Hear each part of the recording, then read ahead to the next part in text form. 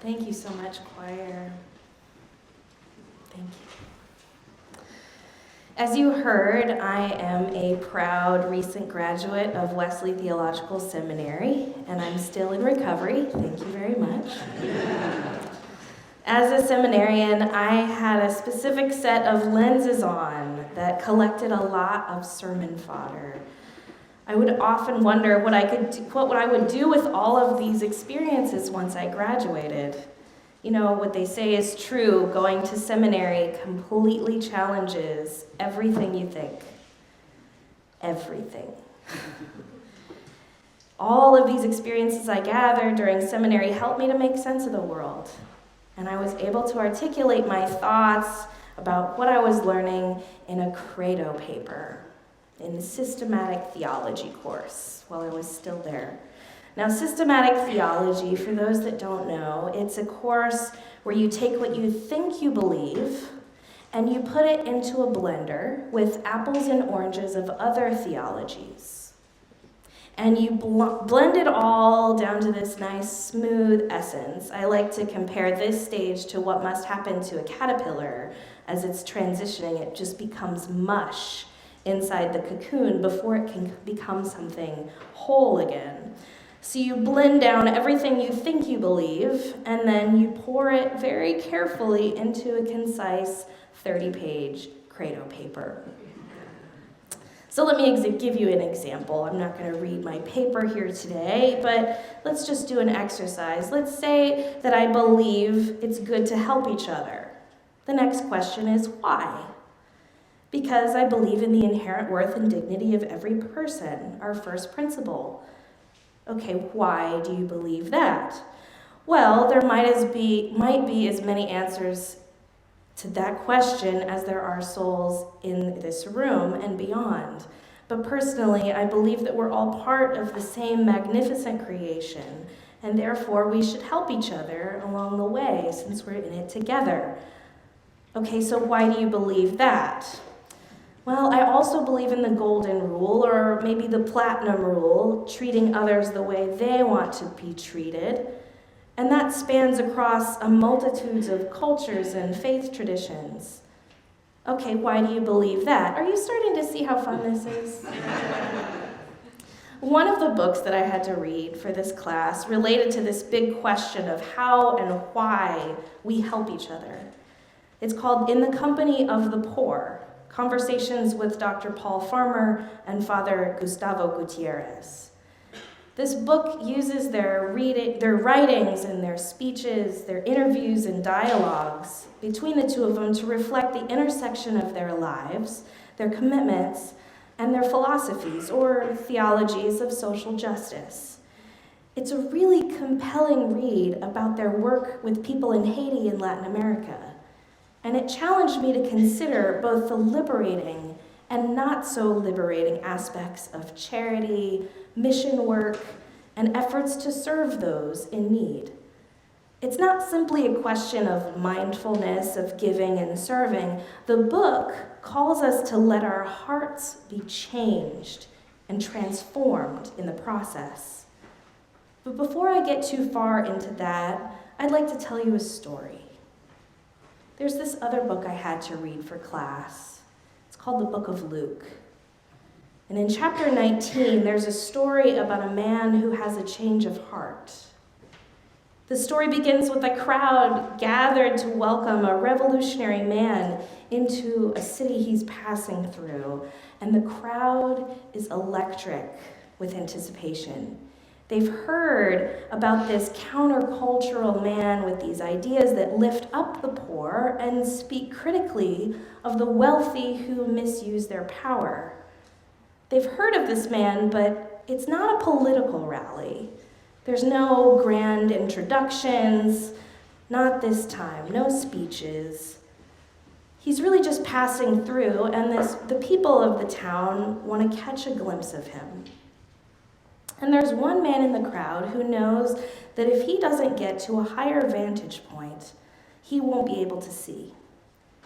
This man also knows that he's not welcome in that crowd. His name is Zacchaeus, and he is the chief tax collector in Jericho. And during this time, chief tax collectors were contractors for the Roman Empire. They were legally allowed to collect extra taxes from the people in order to make a profit for themselves. How much extra, the Roman Empire was only concerned about getting what belongs to Caesar, if you will. Anything extra was left up to the discretion of the collectors. And consequently, as you might imagine, Zacchaeus was not well liked. You may not even like his character as I'm retelling this story, and that's okay. You don't have to like him. The people in the crowd certainly didn't. And the way the story's told, it seems like they were so excited to see the man coming into town that they just simply looked past Zacchaeus. The revolutionary ideas that came with this man could bring balance to their difficult lives. The revolutionary man was coming to lift them up and out of oppression, and it certainly did not concern this corrupt publican. But Zacchaeus, perhaps knowing this, quietly climbs a tree to gain a better view, and perhaps even to hide among the branches to avoid confrontation and judgment. And as this revolutionary man enters the city, I go back to that image of the political rally. Imagine the energy of hope and change and joy and welcome. It really must have been incredible. But this story isn't even about that man. It was about the crowd, and it was about the fact that when he enters the town, he turns his attention to this sycamore tree. He looks up into the branches of the tree and sees Zacchaeus trying to blend in. And he says, "Hey, Zacchaeus, hurry and come down, for I am staying at your house today." So he knows him by name. And of all the people to call out to, why Zacchaeus? Surely if he knows his name, he must know that he's one of the corrupt, wealthy people that he speaks so critically against. But now this revolutionary is staying at Zacchaeus' house? No, this can't be happening. But Zacchaeus hopped down from the tree out of hiding to welcome this man. And I imagine the crowd lost their minds at this point. Are you kidding me? Can you hear the grumbling? I can relate to this crowd's reaction. I, too, have been outraged at the tendency of the wealthy and the corrupt to get exactly what I wish I could have. But then something unexpected happens. The storyteller doesn't even really take us to Zacchaeus' house. The story just keeps going, that Zacchaeus speaks, possibly there in the middle of the crowd of grumbling citizens, and says to the revolutionary man, "Look, half of my possessions I'm going to give to the poor." Half? Have you ever tried that diet where you just ask the waiter to box up half of your food so you won't even touch it? I have to do that because the willpower just escapes me by the time I see it on my plate. But this Zacchaeus is pledging half of his possessions to give away. He may not have been one of those box it up early people, but now he's got the willpower and the drive and the desire to do this. Half of my things don't belong to me. Half of my things belong to the poor. And the way it's written, he's not responding to a comment or a criticism. "Hey, Zacchaeus, you need to fix it. You need to fix your life and get yourself together because you're doing wrong." None of that happens. The way it's written, the call for repentance comes from within himself. And then on top of that promise of half his possessions, I have to continue because he says, "If I've defrauded anyone of anything," and we know he did, "I will pay back 4 times as much to each of those people." So he vows to pay everyone he has wronged, which is probably everyone in the city. As a chief tax collector, he's going to pay them 4 times over. We can get cozy with that for a second. Think about how big that is, how it would feel to get the highest tax return back from H&R Block, only you get 4 different checks in the mail, and they're all for the same amount, and you can't believe it. Maybe you can pay off that car or at least get it fixed. Maybe you can fly out to see that family member that needs company. Imagine having such abundance all of a sudden. And also imagine Zacchaeus vowing to give that all of a sudden to everyone he had taken from. According to Jewish law during this time, that is the full repayment required for a case of theft. But he hasn't stolen anything. He has not committed any legal act. He's been acting well within his rights according to the Roman Empire. But there's something that begins to matter more than legality. By repaying those he's taken from unfairly, he's taking full responsibility for his actions and for his behavior moving forward. This is not simply a reparation. This is a change of heart. He has entered into the company of the others that he othered, and he's not turning back. Back to that book I read for class with Father Gutierrez, the Dominican priest. In this book, he believes that the conversion of the heart is a requirement for solidarity, and that it is the starting point of every spiritual journey. He argues that our conversion is directly connected to the liberation of ourselves and others. Not a conversion to a particular faith, but to the cause of being human. Conversion to see clearly the inherent worth and dignity of every person. Conversion to genuinely respect the interdependent web of which we are all a part. Dr. Farmer's experience as a medical doctor working alongside Father Gutierrez helps him articulate his own realizations from conversion of his own heart. He explains that despite there appearing to be various liberations, there's only truly one that cuts across all liberation. He writes, "We must strive passionately for social, economic, political, and cultural liberation, as well as a liberation from sin." I wasn't ready to read that. Even in seminary, I hadn't thought about the aspect of sin. We don't often talk about that in Unitarian Universalist churches and conversations. We don't often go there, but I was beginning to feel the weight of my inaction. I was beginning to feel the weight of my lack of awareness, my chosen lack of awareness. I was ashamed of my ignorance and my complacency. And then Dr. Farmer reframed sin in a way that I had never before thought about it, as a refusal to love. When we choose to love, instead of resisting it, we enter the presence of perfect love and make ourselves available to accompany, to be close, to mitigate the suffering of individuals.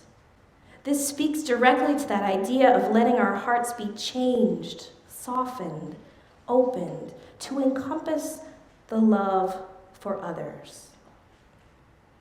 Paulo Freire, a Brazilian educator and philosopher, emphasizes the role of generosity and divine love in fighting against oppression and injustice. True generosity, writes Freire, consists precisely in fighting to destroy the causes which nourish false charity. And false charity can be enacted when you contribute money to an organization, yet you never engage with the people or the suffering being endured. False charity requires no sacrifice, no conversion, and no accompaniment. Think about the upstream story from earlier. Plucking the babies out of the danger was really only a Band-Aid solution, albeit an elaborate one, they claim. We do tend to create elaborate systems to support our Band-Aid efforts, don't we? And any effort takes time to execute. But which effort is sustainable? Which way of being involves relationship and love and commitment? And I actually almost changed the upstream story a little bit this morning. From babies in a river to babies on the floor of a detainment facility.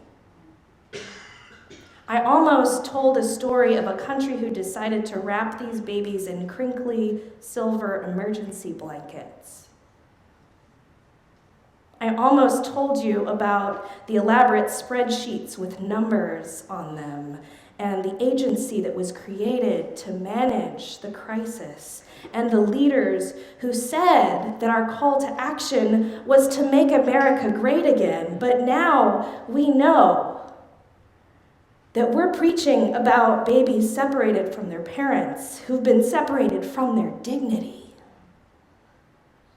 And we are not called to make America great again. We are called to go upstream and be curious and skeptical and deeply compassionate. We are called to posture ourselves to enter into the company of those that we have othered. When we posture ourselves, for example, by living among them for a while like Dr. Farmer and Father Gutierrez, when we reevaluate the way we live with our material possessions like Zacchaeus, when we allow ourselves to be changed and impacted by the plight of those in need of our love, we come into the company of the holy. Our outer walk can shape and guide our inner walk and the purpose for our lives. Dr. Farmer addresses the distancing and othering that sometimes occurs when people enter social justice work. He says, "There's not a first world and a third world. There is only one world that we share." To fully realize this concept, Farmer illustrates how the act of a company can tear down those barriers that keep us from experiencing the conversion of the heart. To accompany someone is to go somewhere with him or her, to break bread together, to be present on a journey with a beginning and an end. The act of presence is not a small one. It places us in the midst of the suffering and forces us to look it squarely in its human face. If we're truly in an accompanying role, we have no choice but to recognize and attempt to understand the experience of those suffering in material poverty, in injustice, in abuse of power, in white supremacy. There's significantly more at stake than each of these things individually. Father Gutierrez writes, discussing the necessity of embodied accompaniment with those that we're serving, that in order to do it authentically and to our highest and best ability, we must not just be in solidarity with the poor in abstract, but with human beings of flesh and bone. Gutierrez calls us to remember the essence of perfect love as we respond in solidarity with the poor. He writes, without love and affection, without, why not say it, tenderness, there can be no gesture of true solidarity. Authentic love is the element that unlocks the potential for transformation and ending of poverty and injustice.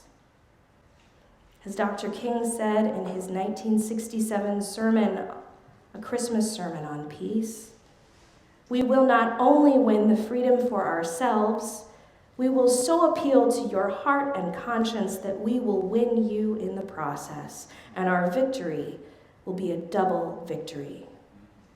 Dr. King wrote about a love which will bring about miracles in the hearts of men, practices like nonviolent activism that will break open the hearts of your opponents, confronting them with their inherent worth and dignity of the people and groups, confronting them with the inherent worth and dignity of the peoples and groups that they falsely believed to be less than fully human. Let me take us back for a moment to that story from Luke. There's one detail that appears to be small, but I find it fascinating. This storytelling is rich with metaphor that we can draw from. The sycamore tree referenced in the story is not like our massive American sycamores that might be difficult to climb. In Jericho, this would have been a sycamore fig tree, a sturdy tree that stands between 30 and 40 feet maximum, and a short trunk with branches that spread to provide holds and supports for the weight of a grown man. We know fig leaves, referenced in Genesis perhaps to cover the nakedness of Adam and Eve once they discovered their own. The leaves and branches of this sycamore tree perhaps were hiding something of Zacchaeus, or he might have hoped that it hid some of his guilt from that revolutionary man, or the crowd, or even from God. But this is my favorite discovery about the sycamore fig. For the trees to be properly fertilized and pollinated, the fruit has to be broken open. Sometimes it's done by a wasp that's specifically suited for this task, and oftentimes it's done by a farmer who can manually break open the center of the fruit and make sure that it multiplies. So we have Zacchaeus climbing this fig tree that's rich with metaphor and symbolism, and suddenly he finds himself morally and spiritually broken open in front of a man who specializes in getting to the heart of the matter, and in front of this crowd of grumbling, tax-paying citizens of Jericho that he should be serving. He needed to enter their company. He needed to come down to the ground level where we are all called to be better. And somehow, when he's called down from that fig tree, his heart is broken open to reveal both his burden and his potential. One of our very own Unitarian thinkers, Theodore Parker, famously wrote, "I do not pretend to understand the moral universe. The arc is a long one, and my eye reaches but little ways. I cannot calculate the curve and complete the figure by experience of sight. I can divine it by conscience. And from what I see, I am sure it bends toward justice." What exactly calls us to justice? Father Gutierrez says his theology clearly. I accompany them not because they are all good, and not because I am all good, but because God is good. And this may or may not make sense or resonate with you, but he's writing that if people of faith consider the creation of the world as a gift of life, poverty is against the meaning of that gift. It's contrary to the meaning of creation and the meaning of life. That's an articulation of God that I can resonate with. We have to recognize in this process both the struggle and the gift of life in order to engage fully in justice work. Fighting relentlessly without recognition of beauty can leave us weary and unfocused. Gratitude, Father Gutierrez insists, is the space of that radical self-giving and that presence of beauty in our lives, without which even the struggle for justice would be crippled. There's a final moment of beauty in that story about Zacchaeus. The revolutionary man responds to Zacchaeus' change of heart by saying something, again, most Unitarian Universalists don't often talk about. He says, "Salvation has come to this house today." Listen, salvation has come to this house today. Those first and last words are critically important. First of all, let's talk about salvation. Salvation in Judaism is almost a synonym for personal redemption. This gift cannot be gained from any outside power, but it can be gained in this lifetime. And there's that second word. Salvation has come to this house today, right now. Because of this change of heart today, Zacchaeus is free. But not only that. Remember, the storyteller didn't even say that the revolutionary man and Zacchaeus made it to the house. As far as we know, they're having this intimate conversation along the side of the road, surrounded by the actual victims of his greed. Salvation and redemption have come to this city today because the people are no longer being swindled. Zacchaeus is freed from his greed, and the people are freed from their oppression during this simple, single encounter. Zacchaeus, hurry down. Such simple words. The time is now, today. Are you ready to come out of hiding? Come away from your guilt and greed and stand here among the people? Zacchaeus was ready. And the crowd wasn't. And I get that. I really can't imagine how hard it would have been to witness that salvation encounter, how hard it would be to believe my eyes and ears. First, you want to stay at his house, and now he gets salvation. You don't even know what this man has done. You don't know if he'll follow through on his promises. He's probably just saying that because he's in front of you. Grumbling is so easy to slip into. Outrage is our junk food sometimes. It doesn't make us feel nourished, but we crave it. And it feeds a particular kind of craving that we have to shout about fairness. But what is our shouting good for if we end up missing the glory of transformation? What if we end up missing our own opportunity for transformation? What if our grumbling and judgment of others prevents us from offering loving invitations like the revolutionary man did? There's no evidence that Zacchaeus repented because he was afraid of judgment or anxious about his own salvation. He seems to realize the oppression of his own greed on others and consequently on his own life. He doesn't want to live like that. And he isn't concerned about salvation later. He wants to live his life today. And the people of the crowd want their situations to change and the scales to be balanced for them in this life too. We all learn through this encounter that it is absolutely possible.